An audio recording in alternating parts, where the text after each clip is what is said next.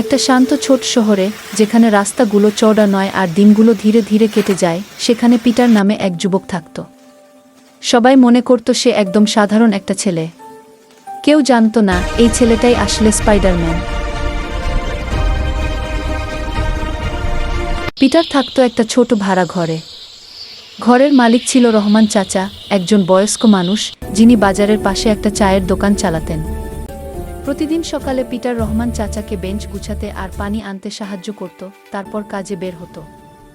রহমান চাচা মাঝে মাঝে বলতেন, তুমি অনেক ভালো ছেলে, আর পিটার হেসে মাথা নাড়ত।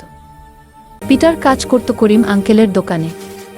দোকানের মালিক করিম আঙ্কেল ছিলেন কঠিন কিন্তু ন্যায়পরায়ণ মানুষ।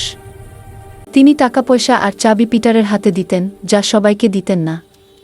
দোকানে আরেকজন কাজ করত, যার নাম বাবু। বাবু খুব কথা বলতো আর প্রায় সব কিছু নিয়ে অভিযোগ করত, কিন্তু মনে মনে পিটারকে খুব সম্মান করত। এক রাতে বাজারের কাছে ছোট একটা আগুন লেগেছিল। ভোর হওয়ার আগেই আগুন নিভে যায়, বড় কোনো ক্ষতি হয়নি। সকালে সবাই অবাক হয়ে দেখে আগুন আগেই নিয়ন্ত্রণে চলে এসেছে। কেউ জানত না কিভাবে। রহমান চাচা শুধু বলেছিলেন, আজকে আল্লাহর দায় বাঁচা গেছে।